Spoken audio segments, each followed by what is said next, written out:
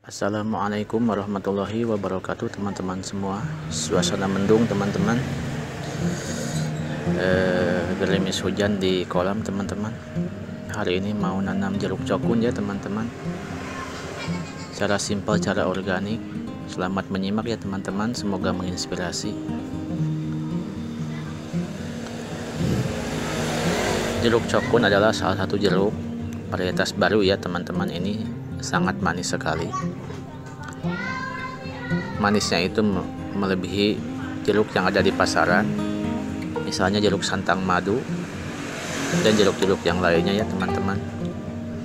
Saya mau nyoba nanam di kebun, dan untuk kali ini saya nanam di kolam teman-teman ya. Ada area yang bisa kita tanam ya teman-teman, memanfaatkan lahan di kolam. Pertama kita buat lubang.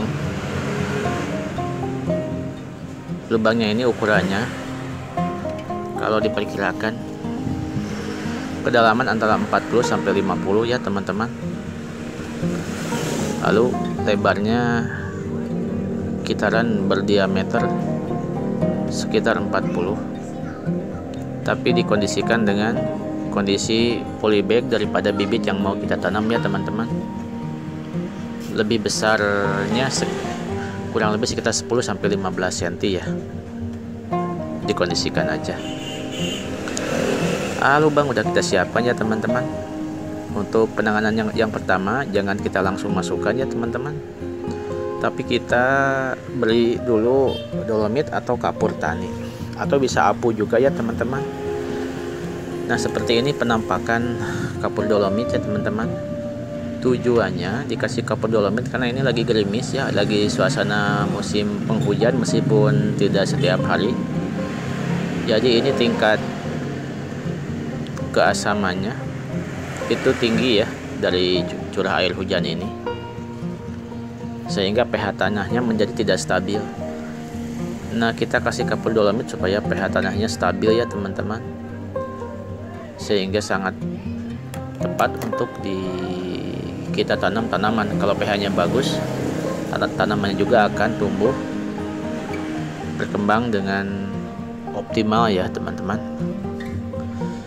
Nah, kita kasih kapur dolomitnya, untuk banyaknya itu disesuaikan aja, yang penting rata di semua area bawah yang akan kita simpan bibit ya. Lalu kita siapkan bibit jeruk cokunnya ya. Nah, ini kita buka atau kita sobek ya polybagnya. Hati-hati teman-temannya, ini bagusnya pakai alat bantu. Kebetulan saya nggak bawa pisau atau silet ya teman-teman, jadi saya buka manual. Nah, bukanya pelan-pelan seperti ini. Nah, setelah terbuka pelan-pelan, dan pastikan semuanya kita lepas ya polybagnya, lalu kita simpan dengan posisi yang pas, tegak lurus, dan diusahakan di tengah-tengah lubang yang sudah kita buat ya teman-teman. Nah, seperti ini kira-kira posisinya. Baik, selanjutnya kalau udah posisi seperti ini, untuk area tanah yang masih belum dikasih dolomit, kita ratakan ya teman-teman sampai rata semuanya. Selanjutnya kita uruk teman-temannya. Uruknya juga jangan langsung penuh ya, pelan-pelan, sedikit-sedikit. Diuruknya dari mulai satu sisi dulu. Satu sisi kita uruk pelan-pelan seperti ini kira-kira prosesnya. Lalu kita uruk untuk bagian yang lainnya. Dapat dipastikan teman-teman, jangan sampai tanah urugan ini menutupi batang batas dari akar ya. Kalau lewat sedikit sih nggak apa-apa ya, tapi jangan banyak. Maksudnya dipastikan bahwa batang batas akarnya itu dia agak sedikit lebih tinggi dari permukaan lubang. Nah, seperti itu. Jadi tanah urugannya itu hanya menutupi akar-akar atau tanah dari polybag tadi. Batang yang dari polybag tadi biarkan bebas seperti itu. Jangan melebihi daripada batas tanah permukaan polybag. Jangan eman ya teman-teman, karena emang kita harus memastikan akarnya tertutup sempurna dengan tanah, tapi jangan melebihi batang yang sudah tumbuh ke atas. Nah, itu cara menanam yang baik seperti itu teman-teman ya. Tidak hanya untuk jeruk tokun ini, tapi untuk jeruk-jeruk yang lainnya juga emang harus seperti itu untuk penanaman semua bibit.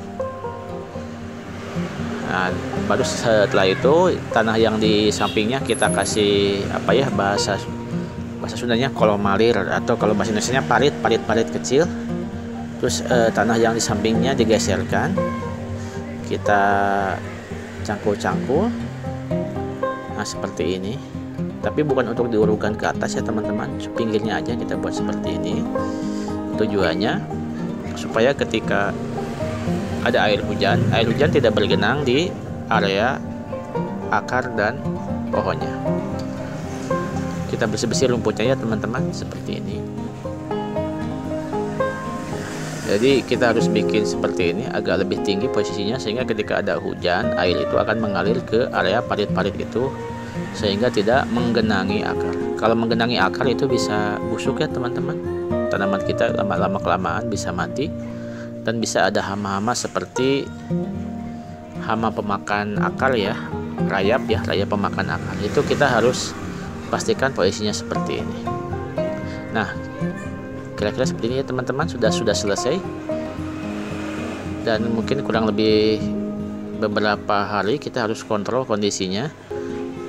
Bila perlu ditambahkan puradan untuk hama anti rayap, kita tambahkan lagi puradan ya, sekalian dengan pemupukan berikutnya. Jadi ini jangan langsung dikasih pupuk, dibiarkan dulu aja teman-temannya, sekitaran 2 minggu sampai 1 bulan.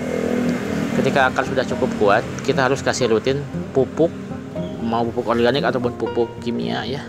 Itu setidaknya sebulan sekali selama setahun pertama untuk tanaman jeruk cokun kita, untuk memastikan jeruk cokunnya mendapat asupan nutrisi yang baik.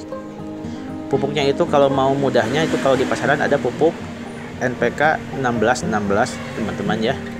Mereknya boleh merek apa saja. Kita bisa menggunakan NPK 1616. Untuk satu pohon cukup 1 sendok makan ya teman-teman. Kita bisa taburkan kalau musim hujan, kalau musim kemarau kita corkan.